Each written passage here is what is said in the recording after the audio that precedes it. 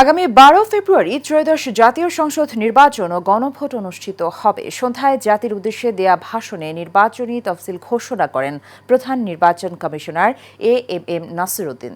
তফসিলে মনোনয়ন জমা দেওয়ার শেষ সময় 29 ডিসেম্বর, প্রার্থিতা প্রত্যাহারের শেষ সময় 20 জানুয়ারি, চূড়ান্ত প্রার্থী তালিকা ও প্রতীক বরাদ্দ 21 জানুয়ারি। প্রচারণা চলবে 22 জানুয়ারি থেকে 10 ফেব্রুয়ারি পর্যন্ত। বিস্তারিত রকিব মানিকের রিপোর্টে।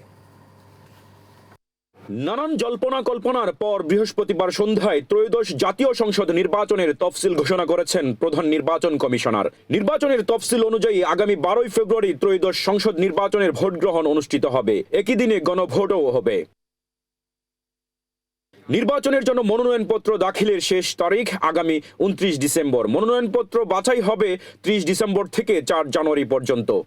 আগামী 2026 সালের ফেব্রুয়ারি মাসের 12 তারিখ রোজ বৃহস্পতিবার 300 আসনে ত্রয়োদশ জাতীয় সংসদ সাধারণ নির্বাচন এবং একই সাথে জুলাই জাতীয় সনদ সংবিধান সংস্কার বাস্তবায়ন আদেশ 2025-এর উপর গণভোট অনুষ্ঠিত হবে।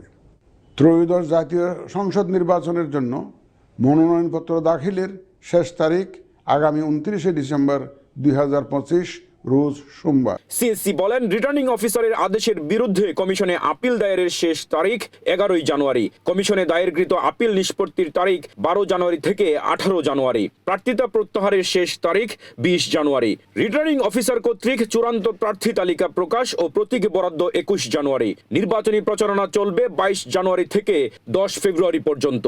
নির্বাচন প্রক্রিয়ায় সকল রাজনৈতিক দল ও প্রতিদ্বন্দ্বী প্রার্থী সহ ভোটারদের আন্তরিক অংশগ্রহণ ও সক্রিয় সহযোগিতা কামনা করছি।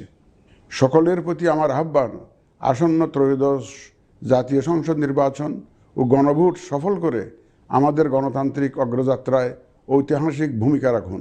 এদিকে নির্বাচনের তফসিল ঘোষণাকে স্বাগত জানিয়েছে বিএনপি, এনসিপি, জামাত সহ বিভিন্ন রাজনৈতিক দলগুলো।